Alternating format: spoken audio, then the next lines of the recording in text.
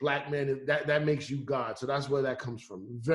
I could get into it for hours and hours, but Nah, basically, I had Brandon T. Jackson on, and he was saying the same thing you saying right now. yeah. So 90s hip hop was the pinnacle of like the 5% nation in the hip hop world. Brand Nubian, Rakim, Wu-Tang, all these people were like 5%ers in a way. And then also a lot of 5%er language became slang because it was talked in the street so much. So peace God, or like cipher is a 5% word. Like, yo, you in my cipher right now. You in my circle, right? Gotcha. So anyway, so I would teach Rosenberg, like he would listen to Wu-Tang songs and be like, oh, what does this mean? What's power culture?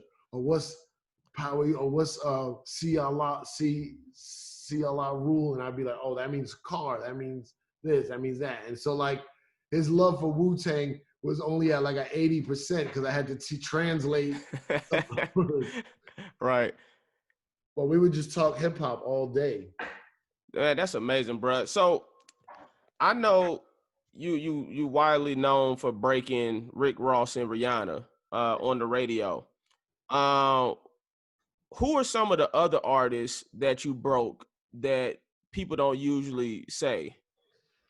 So Rick Ross and Rihanna are my two biggest claims to fame because I literally was the first to play them ever. Like nothing before me. Well, not Rick Ross because Khaled was playing in Miami, but in New York. But Rihanna was like nothing ever played before I touched it. But like I was a part of a lot of like, maybe not like I broke like Sean Paul was a big one for me, but I wasn't the first to play. A lot of people were playing it. I was just pushing it. Right. You know what I mean? Early 50 Cent.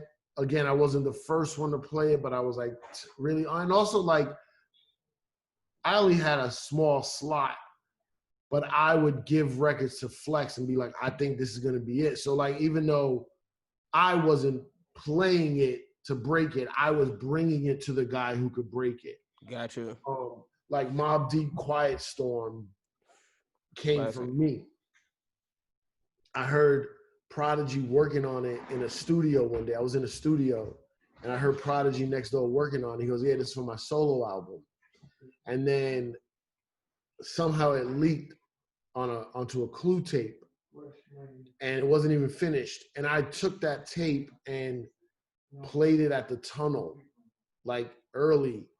And the label guy from Loud Records was there. I was like, what is this? Right. I'm like, some Prodigies. And then a couple months later, it became the Mobb Deep single. So like, because of me playing it there, Cameron, early Cameron, I was a big part of.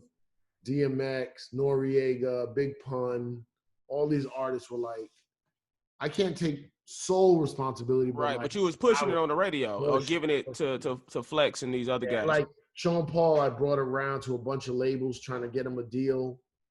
I was like, I love dancehall music, but this guy can cross over into a whole nother stratosphere. So, you know, I kept, I was bringing them around labels, trying to push them, and it took off. Now, this is the other question I had about when you breaking artists. Who gave you that music? So like, how did you discover Rick Ross, and who gave you Rihanna? Like, who put in the call, or did you like what was that? Yeah, Rick Ross and Rihanna are a little different because of my track record. They then called me specifically. So Ross, I got that from DJ Khaled. We were in Miami, and me and Khaled were like brothers back then. Not no more, distant cousins.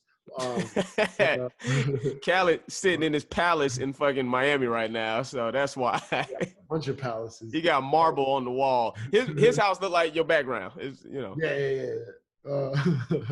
So I was in Miami, and he was like, "Yo, it's the dude I'm playing down here. You got to hear this record." And we were in the studio, and he played it for me, and I brought it up to New York. And the reason why I got to break Rick Ross is because Flex had went on out of town on a little college tour. He was doing like 10 colleges. So he's like, yo, you're going to fill in for me for 2 weeks on the radio. Ooh, that's big. If it wasn't for those 2 weeks of me doing Flex's time slot, I wouldn't have been able to break Ross. Damn. The timing was like perfect.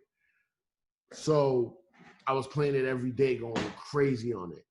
The way Flex would break records, but I was trying to do it with a record I found. Rihanna, I was known as like the Caribbean guy. Like we had a reggae show on Hot 97, Bobby Condas and Jabba. But I was known to also play a lot of Caribbean music. And I would try to break reggae songs that I think could cross over.